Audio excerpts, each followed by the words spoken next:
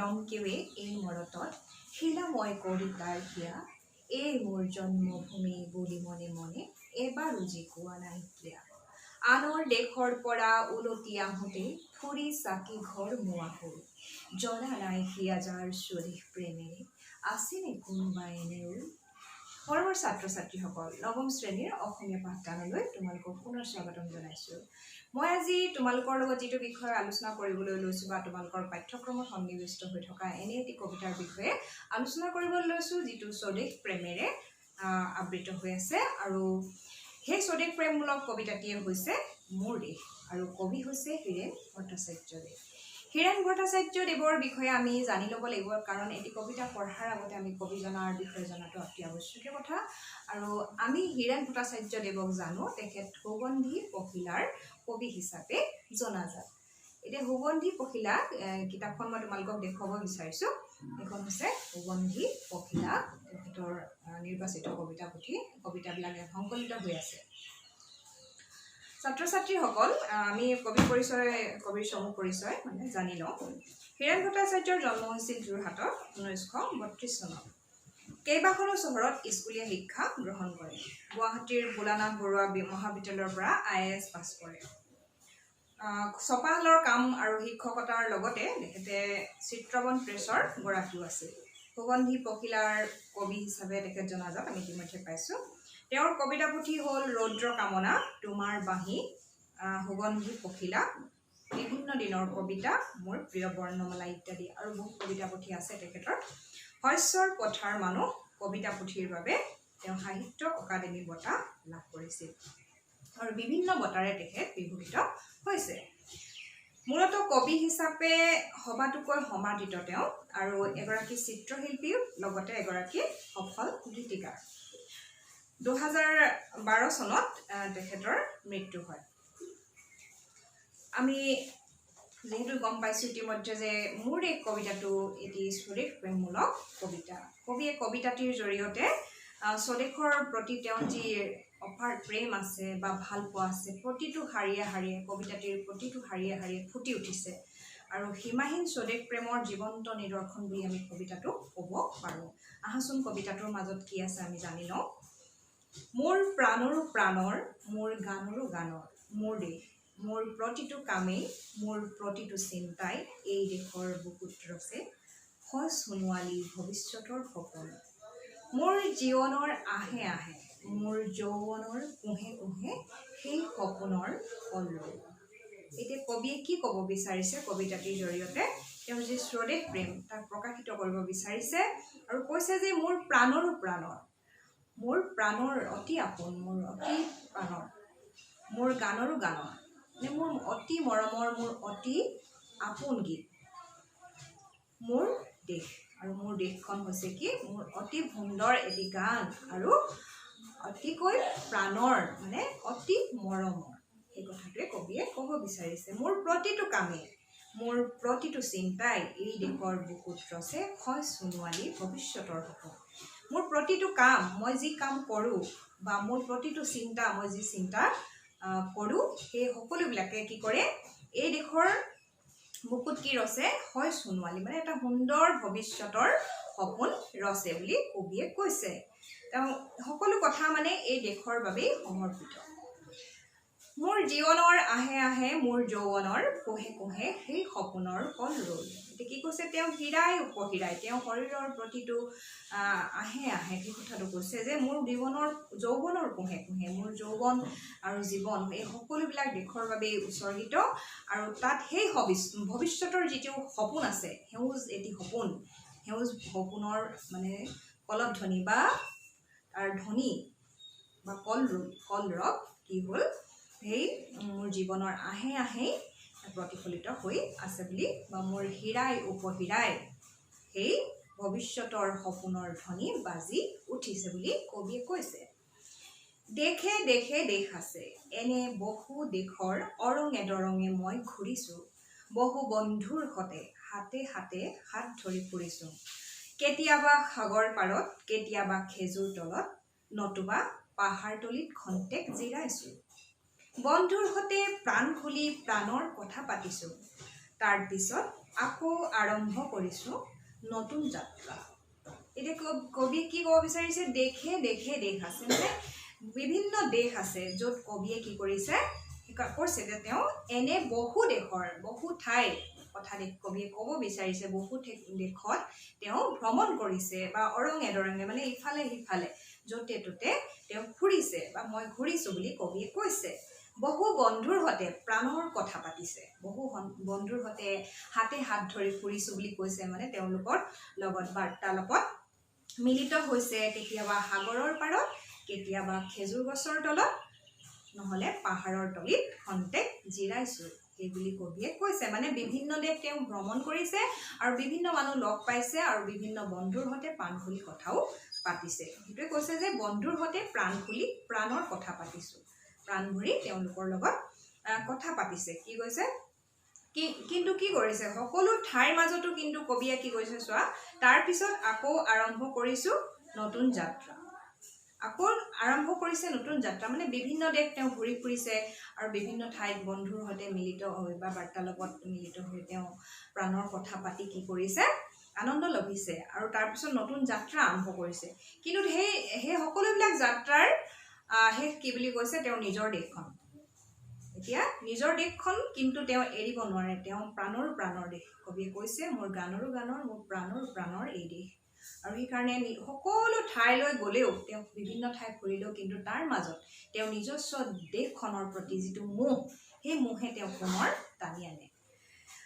সেইকাৰণে কৈছে প্ৰেম বন্ধুত্বৰ যি এনাজৰী, কিন্তু সেই এনাজৰী নিজৰ দেশতহে বেছিকৈ অনুভৱ কৰে বা সেই এনাজৰীৰ দোলে কিন্তু কবি মানে কলৈ টানি আনে, নিজৰ স্বদেশলৈ টানি আনে। এনে বহু যাত্ৰাৰ শেষ মোৰ দেশ, যাৰ বুকুৰুমে মোক দিছে ভাল পোৱাৰ আনন্দ, যৌৱনৰ প্ৰাচুৰ্য, জীৱনৰ নতুন অৰ্থ। এই দেশৰ প্ৰতিটো পুৱাই মোলৈ লুকাই আনে ঐশ্বৰ্যৰ বিপুল সম্ভাৰ, প্ৰতিটো সন্ধিয়াই বৈ আনে স্নিগ্ধ ফুলৰ সুবাস, প্ৰতিটো ঋতুৱে মোক দি যায় জীৱনৰ আশীৰ্বাদ। এতিয়া কি কৈছে কবিয়ে, যে এনে বহু যাত্ৰা, যিহেতু কবিয়ে কৈছে যে মই বিভিন্ন দেশ ঘূৰিছোঁ, বহু বন্ধুৰ সৈতে মই প্ৰাণৰ কথা পাতিছোঁ, কিন্তু মই পুনৰ মোৰ দেশলৈ ঘূৰি আহিছোঁ। তাৰমানে এনে বহু যাত্ৰা কৰি তেওঁ পুনৰ নিজ দেশলৈ উভতি আহিছে। মানে এনে বহু যাত্ৰাৰ শেষ ক'ত হৈছেগৈ, আকৌ পুনৰ মোৰ নিজৰ দেশতেই হৈছে। যাৰ বুকুৰ ৰোমাঞ্চ স্পৰ্শই কবিক কি দিছে, ভাল পোৱাৰ যি আনন্দ, সেই আনন্দ প্ৰদান কৰিছে। যৌৱনৰ যি প্ৰাচুৰ্য মানে অধিক বুজায়, বহুত মানে যিটো বুজায় সেইটো, আৰু যৌৱনৰ প্ৰাচুৰ্য প্ৰদান কৰিছে আৰু জীৱনৰ এটা নতুন অৰ্থ প্ৰদান কৰিছে। মানে কবিয়ে এই দেশৰ বুকুৰ উমাল স্পৰ্শতহে এই সকলোবিলাক অনুভৱ কৰে। এই দেশৰ প্ৰতিটো পুৱাই, প্ৰতিটো ৰাতিপুৱা, সূৰ্যোদয়ৰ কথা কৈছে, প্ৰতিটো ৰাতিপুৱাৰ কথা কৈছে, সেই ৰাতিপুৱাই তেওঁলৈ কি কঢ়িয়াই আনিছে, ঐশ্বৰ্যৰ বিপুল সম্ভাৰ, বিপুল ধন সম্পত্তিৰ যি সম্ভাৰ, সেই সকলোবিলাক এই দেশতেই তেওঁ পাইছে। ঐশ্বৰ্যৰ বিপুল সম্ভাৰ তেওঁ লাভ কৰিছে। প্ৰতিটো সন্ধিয়াৰ কথা ক'লে, এবাৰ সন্ধিয়াৰ কথা কৈছে যে প্ৰতিটো সন্ধিয়াই তেওঁলৈ কি কঢ়িয়াই আনে, স্নিগ্ধ শীতল ফুলৰ সুবাস বা সুগন্ধ কঢ়িয়াই আনিছে।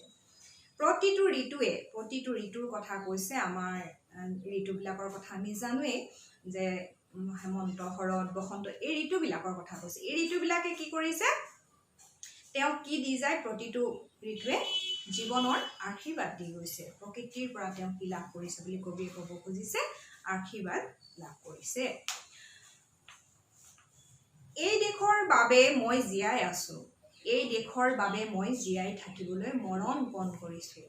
ৰনোৱা বনোৱা হালোৱা এই সকলৰ মাজত মই আছো মোৰ দেশৰ বাবে। অনৈক্যৰ মাজত ঐক্য হৈ, বিৰোধৰ মাজত সংহতিৰ সম্ভাৱনা হৈ মই আছো। জীৱনে মৰণে শয়নে সপোনে এই দেশৰ আহ্বান মই শুনিছোঁ। এতিয়া কবি কি কৈছে, আমি ইতিমধ্যে কবিতাটি পঢ়ি উপলব্ধি কৰিছোঁ। কি উপলব্ধি কৰিছোঁ, যে এইটো স্বদেশ প্ৰেমমূলক কবিতা, আৰু এই স্বদেশ প্ৰেমৰ যি মনোভাৱ, সেই প্ৰতিটো কবিতাটোৰ প্ৰতিটো কি বুলি শাৰীতে বুলি ক'ব পাৰোঁ আমি, শাৰীতে স্পষ্ট হৈ আছে। আৰু সেইকাৰণে কবি কি কৈছে, যে এই দেশৰ বাবেই মই জীয়াই আছোঁ, এই দেশখনৰ বাবেই মই জীয়াই আছোঁ, মোৰ এই মাতৃভূমিৰ বাবেই মই জীয়াই আছোঁ। এই দেশৰ বাবে মই জীয়াই থাকিবলৈ মৰণপণ কৰিছোঁ আৰু মৰণপণ মই ইয়াতেই জন্ম লৈছোঁ আৰু ইয়াতে মই মৃত্যুবৰণ কৰিম। যিদৰে নল্লীৱালা দেৱীয়ে কৈছে যে মেলিলোঁ প্ৰথম চকু তোমাৰ কোলাতে আই জীৱনৰ আদিম পোৱাত মুদিম আকৌ চকু তোমাৰ কোলাতে শুই জীৱনৰ সেই সন্ধিয়াত। নল্লীৱালা দেৱীৰ কবিতা, সেইটো এটা স্বদেশ প্ৰেমমূলক কবিতা। আৰু এই কাৰণে কবিও কৈছে যে মই এই দেশৰ বাবেই জীয়াই আছোঁ আৰু ইয়াতেই মই অন্তিম শয়ন ল'ম বা মই ইয়াতেই মৰিবলৈ মৰণপণ কৰিছোঁ। ৰনোৱা বনোৱা হালোৱা এই সকলোবিলাকৰ মাজত কি কৰিছে কবিয়ে নিজৰ অস্তিত্ব বিচাৰি পায়। তেওঁলোকৰ মাজৰে এজন হিচাপে তেওঁ অস্তিত্ব বিচাৰি পাইছে। সেইকাৰণে কৈছে ৰনোৱা বনোৱা হালোৱা এই সকলৰ মাজত মই আছোঁ মোৰ দেশৰ বাবে, নিজৰ দেশৰ বাবে মই কাম কৰিবলৈ সদা প্ৰস্তুত। আৰু মই এই দেশৰ যি ৰনোৱা বনোৱা সকলোৱে মিলি যি কৰ্ম কৰে বা তেওঁলোকৰ যি অস্তিত্ব আৰু তাৰ মাজতে কবিয়ে নিজৰ অস্তিত্বও বিচাৰি পাইছে। অনৈক্যৰ মাজত ঐক্য হৈ বিৰোধৰ মাজত সংহতিৰ সম্ভাৱনা হৈ, এটিকে কৈছে অনৈক্য। আমি জানো ভাৰতবৰ্ষ এখন নানা জাতি উপজাতিৰে পৰিপূৰ্ণ দেশ আৰু এখন বৈচিত্ৰ্যময় দেশ বুলি আমি জানো। আৰু কি কৈছে কবিয়ে যে এই বৈচিত্ৰ্যময় দেশত অনৈক্যতা যি আছে, বিভিন্ন নানা জাতি উপজাতিৰ ভাষা বেলেগ, তেওঁলোকৰ আচাৰ আচৰণ ৰীতি নীতি বেলেগ, কিন্তু তেওঁলোক এক। সেই অনৈক্যতাৰ মাজতো তেওঁলোক একতাৰ দোলেৰে বান্ধ খাই আছে। আৰু সেই অনৈক্যৰ মাজত কবিয়ে কি কৈছে মই ঐক্য হৈ আছোঁ আৰু বিৰোধৰ মাজত সংহতিৰ সম্ভাৱনা, বিৰোধ যি বিদ্ৰোহ বা বিৰোধ হয় তাৰ মাজত মই সংহতিৰ সম্ভাৱনা, মই মানে তাক এক কৰাৰ যি সম্ভাৱনা সেই সম্ভাৱনা হৈ মই আছোঁ। আৰু মোৰ এই অনৈক্যৰ মাজত ঐক্য হৈ বা বিৰোধৰ মাজত সংহতি বা এটা সমানতা গঢ়ি তুলিবলৈ মই যত্ন কৰিছোঁ আৰু মোৰ দেশখনক মই সুন্দৰ ৰূপত গঢ়ি তুলিব বিচাৰিছোঁ। কবি এনেধৰণে এই যে কৈছে শেষত যে জীৱনে মৰণে শয়নে সপোনে এই দেশৰ আহ্বান মই শুনিছোঁ। জীৱন জীয়াই থকা কালত বা মৰণোত্তৰ কালত বা মই এতিয়া জীয়াই আছোঁ বা যেতিয়ালৈকে মই জীয়াই থাকিম সেই কথাটো কবিয়ে ক'ব বিচাৰিছে জীৱনে মৰণে আৰু শয়নে সপোনে, মোৰ সপোনতো দিঠকতো কি কৰিছে মই এই দেশে মোক যি আহ্বান জনাইছে, দেশৰ প্ৰতি মোৰ যি দায়িত্ব আছে সেই দায়িত্ব মই পালন কৰিম আৰু এখন সৰ্বাংগ সুন্দৰ দেশ হিচাপে মই দেশখনক কি কৰিম মানে সজীৱ কৰি তুলিম, এই সপোন কবিয়ে দেখিছে। সেইটোৱে কৈছে যে এই দেশৰ যি শান্তি সেয়াই হৈছে কবিৰ কাম্য। শত্ৰু মিত্ৰ সকলোকে মই চিনিছোঁ, সিহঁতৰ অন্তৰ মই বিশ্বাসেৰে জিনিছোঁ। শান্তিৰ চৰাইজুৰিক আজুলি ভৰাই মই দিছোঁ, ভঁৰালৰ এমুঠি ধান পৰাণৰ একোটি গান। আৰুতো মোৰ একো নাই, মোৰ দেশ মোৰ কল্লোলিত সপোনৰ উত্তাল তৰংগই মোক লৈ যায় গভীৰৰ পৰা গভীৰতৰলৈ, আদৰ্শৰ কঠিন পৰ্বতমূললৈ। এতিয়া কি কৈছে কবিয়ে যে তেওঁ যিহেতু দেশখনক সৰ্বাংগ সুন্দৰ কৰিব বিচাৰিছে, তেওঁ অনৈক্যৰ মাজত ঐক্য হৈ আছে বা বিচিত্ৰতাৰ মাজত তেওঁ এক হৈ আছে যি, আৰু তেওঁ বিৰোধৰ মাজত এটা সমান ভাৱ সকলোৰে মাজত সমভাৱ গঢ়ি তুলিবলৈ যত্ন কৰিছে বা সেই সম্ভাৱনা হৈ তেওঁ জীয়াই আছে। আৰু সেইকাৰণে এখন দেশৰ শান্তি তেওঁ কামনা কৰিছে। সেইকাৰণে শত্ৰু মিত্ৰ তেওঁ সকলোকে ইতিমধ্যে চিনি পাইছে কোন শত্ৰু কোন মিত্ৰ। আৰু সেইকাৰণে কবিয়ে কৈছে যে সকলোৰে অন্তৰ মই বিশ্বাসেৰে জিনিবলৈ বা বিশ্বাস বা সকলোৰে মনত বিশ্বাস গঢ়ি তুলিবলৈ মই যত্নৱান হৈছোঁ বা জিনিব পাৰিছোঁ। শান্তিৰ চৰাইজুৰি শান্তিৰ সেইটোৱে কৈছে যে কবি শান্তি কামনা কৰিছে আৰু শান্তিৰ চৰাইজুৰি কি দিছোঁ বুলি কৈছে মই ভঁৰালৰ পৰা এমুঠি ধান দিছোঁ, মানে মই শান্তি কামনা কৰিছোঁ। সেই কথাটোৱে ইয়াত প্ৰকাশ কৰিব বিচাৰিছে। পৰাণৰ একোটি গান, মোৰ প্ৰাণৰ একোটি সুৰ মই তেওঁলোকক শুনাব বিচাৰিছোঁ আৰু তাৰ জৰিয়তে মই শান্তি কামনা কৰি দেশখনত অনৈক্যৰ মাজত ঐক্যৰ সম্ভাৱনা হৈ জীয়াই থাকিব বিচাৰিছোঁ। কবি কি কৈছে পুনৰ কৈছে যে আৰুতো মোৰ একো নাই, কবিয়ে কৈছে মোৰ আৰু একোৱেই নাই দিবলৈ, মই মাথো কামনা কৰিব পাৰোঁ, ভাল চিন্তা কৰিব পাৰোঁ, সকলোকে মোৰ মৰম চেনেহ মই যাচিব পাৰোঁ আৰু তাৰ বাহিৰে মোৰ একোৱেই নাই। মোৰ দেশ মোৰ কল্লোলিত সপোনৰ উত্তাল তৰংগই মোক লৈ যায় গভীৰৰ পৰা গভীৰতৰলৈ, আদৰ্শৰ কঠিন পৰ্বতমূললৈ। এতিয়া কি কৰিছে কবিয়ে ক্ৰমান্বয়ে কি কৰিছে ক্ৰমে মাতৃভূমিৰ প্ৰতি যি তেওঁৰ হেঁপাহ আছে বা সেই হেঁপাহৰ গভীৰতালৈ কবি সোমাই গৈছে আৰু কৈছে যে মোৰ কল্লোলিত যি মোৰ ধ্বনিত মোৰ সপোন আছে তাৰ উত্তাল তৰংগ উত্তাল ঢৌৱে কি কৰিছে মোক গভীৰৰ পৰা গভীৰতলৈ লৈ গৈছে গভীৰতৰলৈ লৈ গৈছে মানে মোৰ যি দেশৰ প্ৰতি ভালপোৱা আছে সেই ভালপোৱাৰ গভীৰতালৈ মোক লৈ যাব বিচাৰিছে বা লৈ গৈছে আদৰ্শ যি মহান আদৰ্শৰে মই যি দেশ প্ৰেমৰ মহান আদৰ্শ মোৰ আছে বা কবিৰ আছে সেই আদৰ্শৰে তেওঁ অনুপ্ৰাণিত হৈছে সেই আদৰ্শৰে দেশ প্ৰেমৰ যি আদৰ্শ সেই আদৰ্শৰে তেওঁ অনুপ্ৰাণিত হৈছে আৰু সেই প্ৰেৰণাৰ যোগেদি কবিয়ে আপোন বিভোৰ হৈ বা আত্মবিভোৰ হৈ কি কৰিছে আগুৱাই গৈছে মাতৃভূমিৰ কল্যাণ সাধনৰ বাবে এতিয়া কবিতাটোৰ মূল ভাৱ এইটোৱেই যে আমি কবিতাটোত কি পালোঁ যে কবিৰ আছে দেশৰ প্ৰতি আকুণ্ঠ স্বদেশ প্ৰেম আৰু কবিতাটিত এই ভাৱনাটো অতি সুন্দৰভাৱে ফুটি উঠিছে আৰু কি কৰিছে স্বদেশ প্ৰেমৰ যি ঢৌ সেই ঢৌৱে তেওঁ জীৱন উত্তাল কৰি ৰাখিছে আৰু বা তেওঁক উৎসাহিত কৰিছে তেওঁক প্ৰেৰণা যোগাইছে দেশৰ প্ৰতি তেওঁ যি কৰ্তব্যবোধ বা দায়িত্ববোধ আছে সেইবিলাক তেওঁ এই কবিতাটিৰ জৰিয়তে প্ৰতিফলন ঘটাইছে আৰু কি কৰিছে পাঠককো কি কৰিছে যি এই কবিতাটো পাঠ কৰিছে বা পঢ়িছে সেই তেওঁকো কলৈ লৈ গৈছে সেই স্বদেশ প্ৰেমৰ যি ঢৌ সেই ঢৌৰ মাজলৈ টানি নিছে আৰু সেই ক্ষেত্ৰত কবি সফল হৈছে কবিতাটো পঢ়িলে এনে লাগে যেন ময়ো কবিৰ দৰে স্বদেশ প্ৰেমী হৈ মানে দেশৰ প্ৰতি কি কৰিম মোৰ দায়িত্ব পালন কৰিম সেই ভাৱ নিশ্চয় মনত জাগি উঠে এতিয়া ছাত্ৰ ছাত্ৰীসকল কবিতাটো তোমালোকে পঢ়িলা বা মই কবিতাটো তোমালোকৰ লগত আলোচনা কৰিলোঁ আৰু নিশ্চয় তোমালোকে যি স্বদেশ প্ৰেমৰ ভাৱ কবিতাটিত ফুটি উঠিছে সেইটো তোমালোকে অনুভৱ কৰিব পাৰিছা আৰু সেই স্বদেশ প্ৰেমৰ ভাৱ জগাই তুলিবলৈ দিয়াৰ উদ্দেশ্যে তোমালোকক কবিতাটি বা তোমালোকৰ কবিতাটি এই পাঠ্যক্ৰমত সন্নিৱিষ্ট কৰা হৈছে আশা কৰিছোঁ তোমালোকে কবিতাটো সুন্দৰভাৱে বুজি পাইছা আৰু সেই আশা কৰিয়ে মই তোমালোকৰ পৰা আজিলৈ বিদায় লৈছোঁ পুনৰ লগ হ'ম ধন্যবাদ